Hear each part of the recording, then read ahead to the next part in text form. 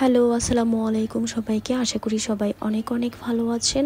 আজ আপনাদের সাথে শেয়ার করব খুবই মজাদার এবং অনেকেরই পছন্দের চিকেন শামি কাবাব রেসিপি।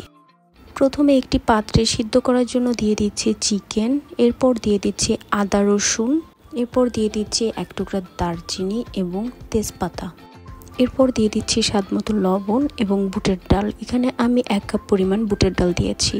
তারপর 1 থেকে 2 কাপ পরিমাণ পানি দিয়ে আমি চুলায় বসিয়ে দিব। আমি এটি 15 মিনিটের মতো বয়েল করে ঠান্ডা করে চিকেনের হাড় সরিয়ে ব্লেন্ড করে নিচ্ছি।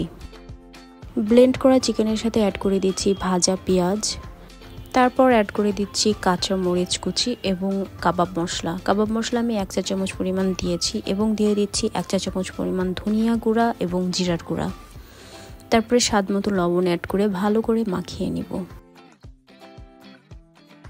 মাখানোর এক পর্যায়ে দিয়ে দিচ্ছি একটি ডিম এবং কর্নফ্লাওয়ার। এখানে আমি 1.5 টেবিল চামচ পরিমাণ কর্নফ্লাওয়ার দিয়েছি এবং শেষ পর্যায়ে দিয়ে দিচ্ছি 1 চা চামচ পরিমাণ চিনি। এখন আমি ভালো করে মাখিয়ে কাবাবের শেপ দিয়ে নিব।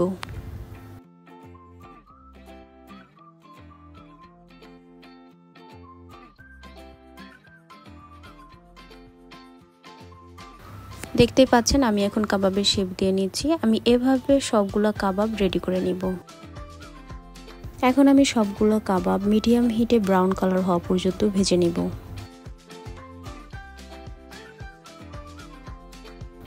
কাবাবের এক পাশ হয়ে গেলে আমি অন্য পাশ হওয়ার জন্য উল্টিয়ে দিচ্ছি। দেখতেই পাচ্ছেন কাবাবগুলো পারফেক্টলি ভাজা ডান।